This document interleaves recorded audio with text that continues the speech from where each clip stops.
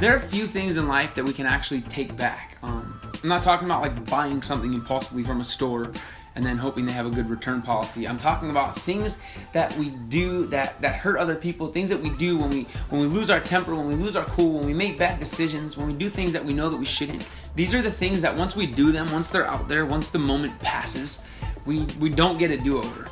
This simple fact causes so many people to live with regret and with shame and with guilt. But the thing is if you're expecting to do life perfectly, you're gonna be miserable for the rest of your life. And if you're one of those people that likes to pretend that you live life perfectly and you're never able to admit when you do something wrong, you also probably have a miserable path ahead of you.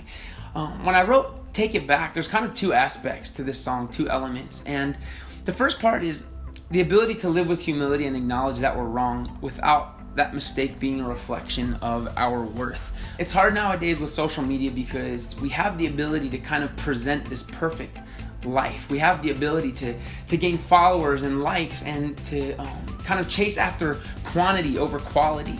But then all of a sudden when we shut off the cameras and when we put the selfie stick down, we go into the real world where mistakes happen and where there aren't filters and where there isn't Photoshop. And all of a sudden we're forced to face that flawed part of who we are, the part of us that doesn't always have self-control, that doesn't always have patience.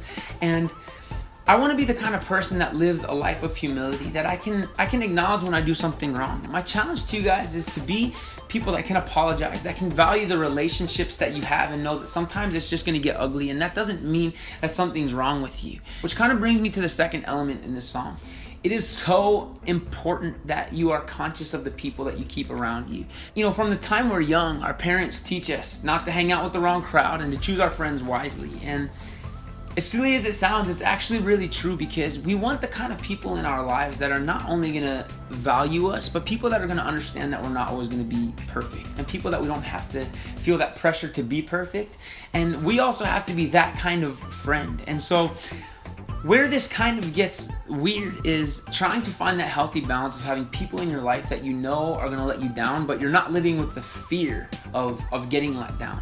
It's so easy to kind of be hurt in life and then just throw up our hands and say, you know what, I don't trust people anymore.